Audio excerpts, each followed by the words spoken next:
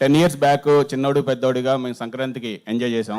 ఇప్పుడు చిన్నోడు పెద్దోడు మళ్ళీ 2014లో 2024కి వస్తున్నారు. చిన్నోడు ముందు వస్తున్నాడు, పెద్దోడు తర్వాత నెక్స్ట్ డే వస్తున్నాడు. సో మీ ఫీలింగ్ ఏంటి సార్? ఫీలింగ్ ఉంది, సూపర్ ఫీలింగ్ కదా. చిన్నోడు పెద్దోడు అంటే 2 సినిమాలకి. It's a super feeling. It's fantastic because audience love watching our films and ఆ నమ్మకంతోనే మేము రిలీజ్ చేయబోతున్నాం. And each film is very different. So I wish my brother all the best. Venkatesh గారు ఇక్కడ సార్, ఇక్కడ లాస్ట్ క్వశ్చన్ ఎక్కడో ఉన్నట్టుంది sir. ఇప్పుడు ఆల్రెడీ స్క్రీన్లలో 2 పెద్ద సినిమాలు ఉన్నాయి. మన తెలుగులో 5 సంక్రాంతికి వస్తున్నాయి, తమిళ్ 2 సినిమాలు వస్తున్నాయి.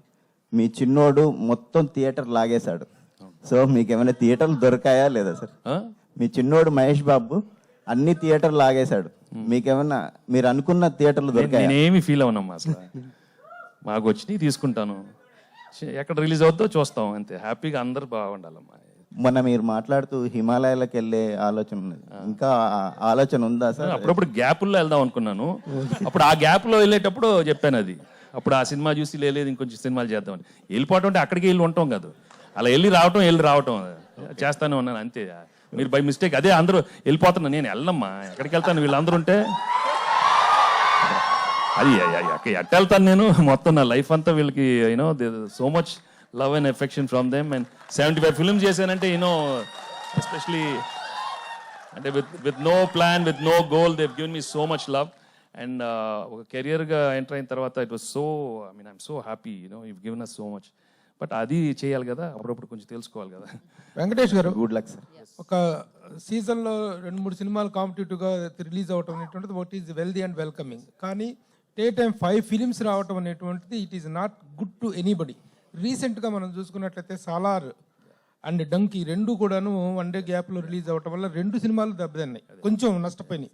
వాటి ఇప్పుడు ఎట్ ప్రజెంట్ ఈ 5 ఫిలిమ్స్ కాంపిటీషన్లో వెళ్ళటం అనేటువంటిది హెల్దీ అనుకుంటున్నారా? దీన్ని ఆపటం కోసం ఏదైనా ప్రయత్నం జరిగిందా?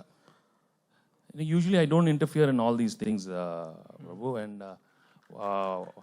and always there's always a first time. Sometimes it happens like this, whether it is right or wrong, and I'm not in a position to answer all that. It's unfortunate that it happened like this, but also sometimes the audience are so clever, they'll only watch the films which they like. So I'm sure they'll give space to all the films. So మనం ఆ positive దీంట్లోనే వెళ్ళాలి. But దానివల్ల ఈ సినిమా ఇదైంది అవన్నీ will see on the పండగ. Some times if all the films are good, I wish all the films are good, అన్ని సినిమాలు వెళ్ళి చూస్తారు. That's what I'm wishing. But ఒకసారి శైలేష్ ఎంత చెప్పుకున్నా 25th film, 58th film, 78th, 55th film, 100th film ఇవన్నీ కూడా ల్యాండ్ మార్క్ ఫిల్మ్స్ కదా. They cause a extra weight on the director's brain.